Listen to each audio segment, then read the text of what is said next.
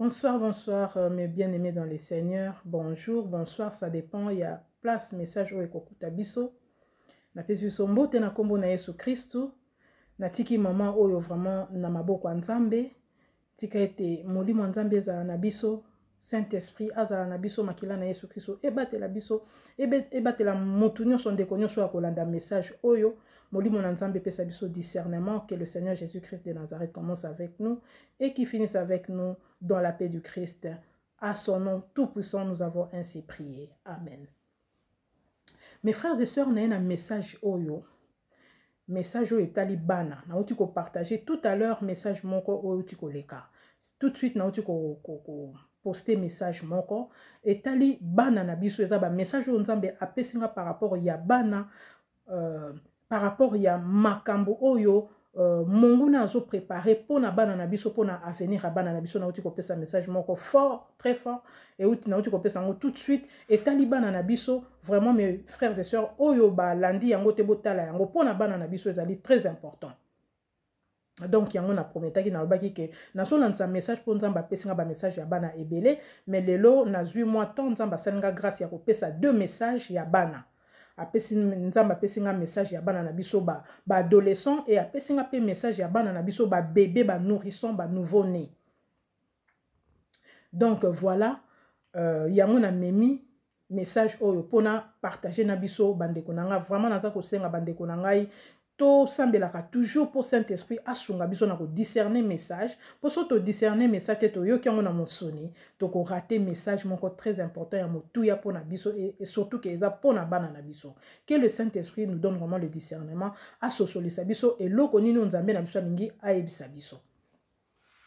Donc voilà mes frères et sœurs, na ko bana na ko pesa message o Nzamba pesinga na image na songe o Nzamba la kisingai na songe ndenge nini makambo salamaka tangu bana na biso babotamaka tangu ba bébé na biso bayaka na mokili eloko nini Mungu na bongisaka pona bango makambo nini salamaka mingi mingi tangu bana na biso babotamaka ezali vraiment mawa Nzambe alakisinga ngonga moko esalinga pasi na motema ezali makambo oyo na mona na yoka mais ndenge nini esalamaka biso bata mokili toyebi te metala Nzambe na bolingo na ye lelo asali biso grâce alakisinga exactement makambo nini esalamaka tangu ba bébé na biso babotamaka ndenge moko puisque c'est pas tout eza na makambo ebele esalamaka mais Nzambe aponi oyo na bolingo na ye po alakisa ngai vraiment naza kosambelaki alakisa nga susu ebele po na memela peuple na ye. Donc na okende liboso na kobanda liboso na image o Nzamba la kisinga songe o Nzamba la kisinga donc nalelaki Nzambe azolakisa ngai mwana ya bébé azolakisa ngai mwana wana Nzambe utiliser ngai moko azalaki lokola mwana na nga moko onga na boti mwana nazaki na mwana na maboko na ngai siko mutu moko aye kotala mwana mutu ngo ye kotala mwana mes bien-aimés dans les seigneurs azali mutu nga na solaka na ete nayebi mutu wana physiquement nayebi kaka boya en passant na elongi na kombo mais na solaka na mutu wana te donc azali proche na ngai te azali pe moninga na ngate aza pe ndeko to sambelaka na ete azaka mutu moko na yebi siko Nzambe azwi mutu wana la kisinga ipona nini po apesa nga message puisque Nzambe na biso alobi toko yeba makambo na ba signe il nous donnera des signes na kati ya ba signe wana toko sosola eloko nini Nzambe alingi ayebisa biso. Donc Nzambe utiliser mutu wana ala kisinga lolenge ya mutu oyo ayaki kotala mwana a utiliser mutu moko o nga na yebi na bomoto atambolaka malamu te na ndenge mobulu na ndenge ya l'air moko azali mwasi mais azali na ba vie ya kobimana baninga basi na ye baninga basi neti ye aza mutu moko atambolaka malamu te asalaka ba délinquance donc vraiment une femme mwasi moko rebelle mwasi wana aza na réputation wana. Donc Nzambe utiliser po alakisanga nani oyo ayaki kotala mwana sikoyo tangu aye mwasi wana aye ayi kotala mwana Nzamba sali ke na yamba mutu na koti c'est pas pesanga message. Donc c'est le message que Dieu m'a donné à utiliser ba personnage o ya lingaki po a utiliser nga moko. Alors mutu na l'air aye ndenge kaka tant to botaka ndenge to yambaka bapaya aye kotala mwana. Mwasi wana koti na ndako aye na pesi ye pe kiti avandi, mwasi wana pe asengi ngai mwana amema ye po aye kotala mwana. Mais bien aimé dans le Seigneur nga pe nazui mwana na pesi ndeko mwasi wana na maboko. Na pesi ye amema mwana. Mais tant nazo pesa ye mwana, nzamba fungoli nga siko misu natala makambo ezo salama na wana. C'est ce qui se passe au biso to mona raté. Nzambe sikoyo afungoli nga miso molimo. Na minute wana ka nga nazo pesa ye mwana. Mutu wana sali nini wana nga razwa amema mwana. Mutu wana avant zwa mwana na maboko, na moni atomboli elamba na ye. Azaki na t-shirt moko atomboli yango. Tango atomboli yango na likolo akitisi pe alataki je ne sais pas pantalon ou jupe, akitisi elamba na ye oyase. Akitisi elamba na ye ase, akitisi na culotte na ye. Na sous-vêtement na ye. Akitisi yango, donc alongoli bilamba na ye, akitisi yango, alongoli pe elamba na ye ya likolo. Donc atiki ba partie intime na ye polele.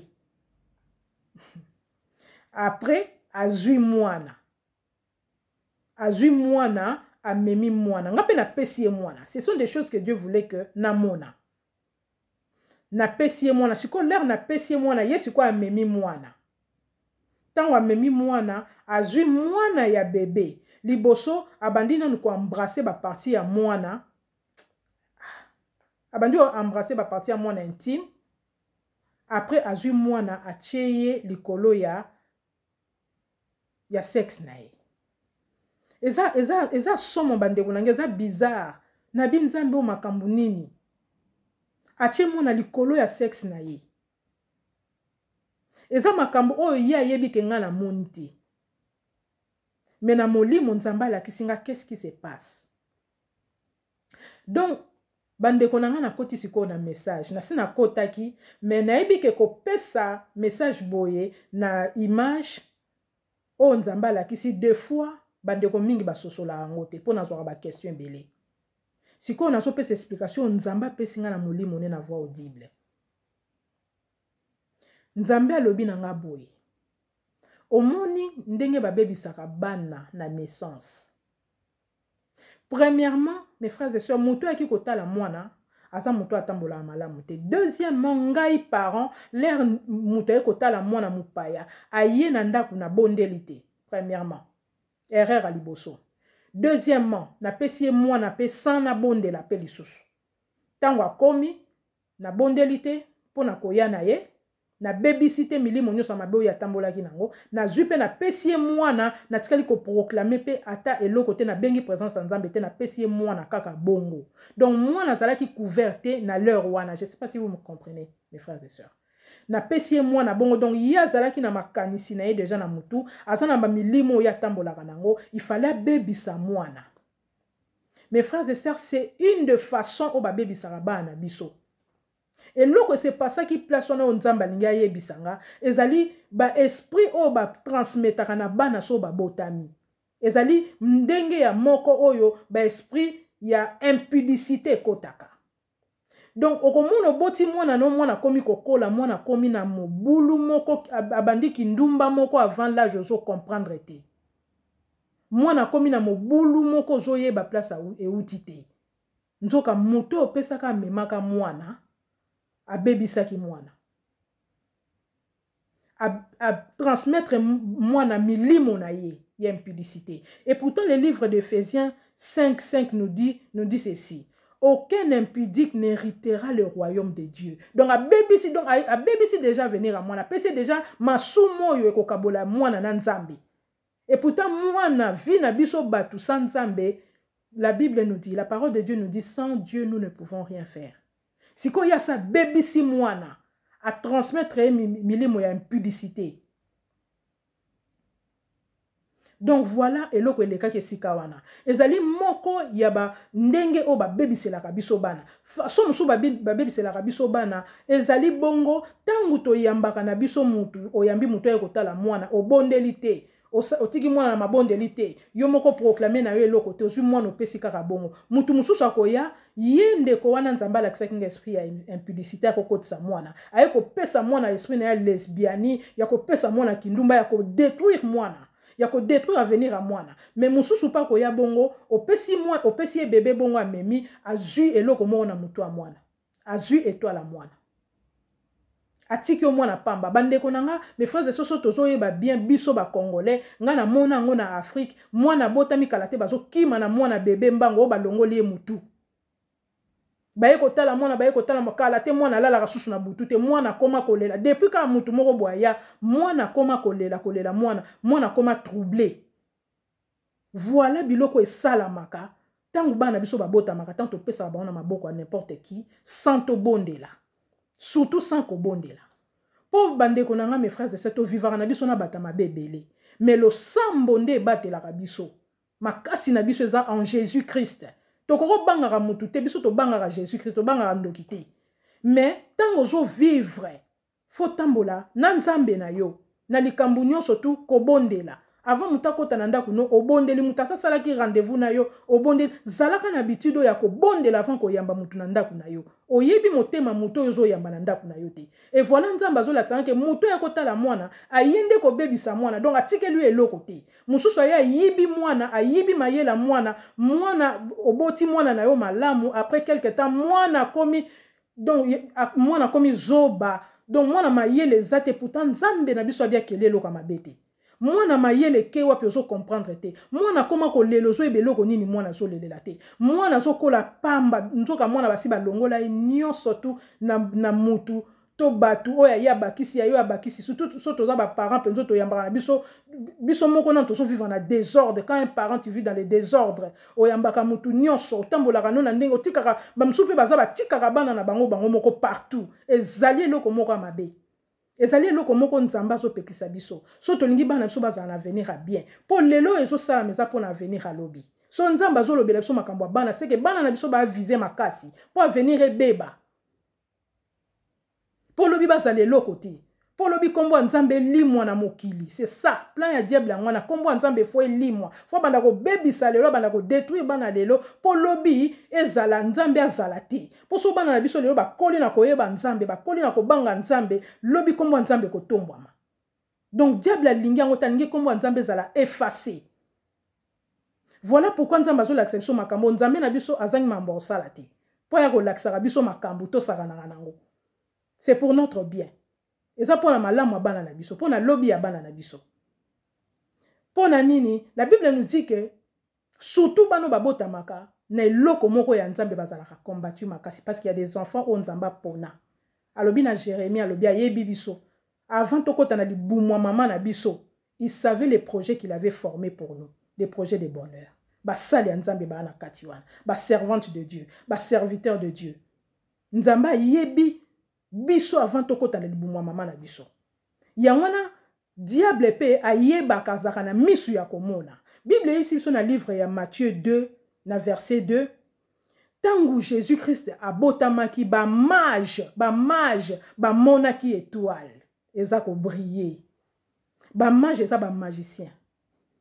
Roi héros des alliés yewana homme fort. O alingaki ba bomma ba bébé nyonso. Tin apesaki ordre ba bomma ba bébé nyonso.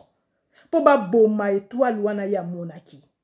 Tant bana biso babota maka o babota maka ne loko nzambe babota maka ne loko moko ezo éclairer. Étoile na ezo briller. Alors bato mabe ba mona kango. Donc mutu nyonso azo s'approcher vers yo, azo babana no baza kitoko, alingi yo, azo ya pa na yo amemela ko mwana, to ayekota la mwana, elingi oloba teke na kati na epe aza na esengo. Po mutu azo tambwa na milimo mabe azaka na motema te. Eza ba sinyo nzamba pesa biso. Mutu azaka na motema te wana. Aza na motema te asa teka motema na ye. Il a vendu son âme au diable. Donc aza na mawate ya bana. Ata mwana mukia koki tozo mona lelo bazo violer ba bébé. Na moni papa moko a violer mwana na ye moko. A violer mwana ti mwana kufi. A violer mwana kufi na pasi. C'est horrible. Et loko wana motema wana mabeso se koti mutako yokela su mwana mawati. Donc to kansate ke mutako yokela mwana biso mawa. Peto kansate ke mutu surtout azana motema malamu. Azana motema ya bo papa to ya bo mama. To yebi mitema te. To yebani ka na bilongi mais na kati na biso to yebani te. C'est pourquoi Dieu nous révèle ces choses pour te comme sage, prudent. tokoma prudent bazo bebisela biso bana na kobotama o nzambe lelo alakisi nga na kosala erreur te ata na bakoko na nga ata na bana baninga ya ba bien-aimé na ngai na kopesa conseil. Il faut que bondela kozala femme de prière d'abord sur roboti. Même papa faut la papa ya losambo ndako na bino faut la ndako ya losambo. Il n'y a rien de plus que ça. Tokoza na nyonso meso toza na losambo te to na ndako nzambe te na ndako na biso. Nous sommes rien. Sans Dieu alobi nous ne pouvons rien faire et c'est vrai.